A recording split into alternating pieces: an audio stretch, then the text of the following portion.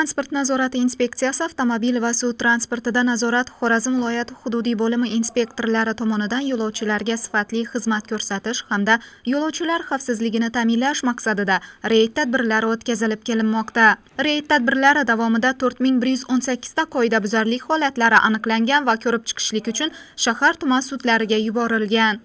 Jinoyat ishlari bo'yicha Qo'shko'pir tuman tergov sudi tomonidan o'tkazilgan ochiq sud majlisida O'zbekiston Respublikasi ma'muriy javobgarlik to'g'risidagi kodeksining 176 prim 3-moddasi, 176 prim 4-moddasi 2-qismi hamda 165 moddasi 3-qismiga asosan rasmiylashtirilgan 34 ta ma'muriy ish ko'rib chiqildi. Bundan 19 nafar haydovchilar belgilangan muddatida faoliyatini qonuniylashtirilganligi uchun ma'muriy javobgarlik to'g'risidagi kodeksning 271-moddasiga asosan mazkur fuqarolarning sud ishi tugatilgan. 15 nafar fuqarolarga esa belgilangan muddatda huquqbuzarlikni bartaraf qilmaganligi va bundan keyin yo'lovchi tashish faoliyati bilan shug'ullanmasligini bildirganligi uchun belgilangan tartibda jarima jazolari tayinlandi.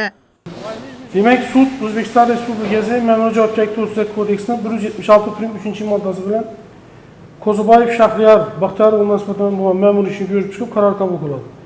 Qo'ziboyev Shahriyar Baxtiyorovga O'zbekiston Respublikasi Ma'muriy javobgarlik to'g'risidagi kodeksining 176 prim 3-moddasida nazarda tutilgan ma'muriy huquqbuzarlikni sodir etganlikda aybli deb topilsin.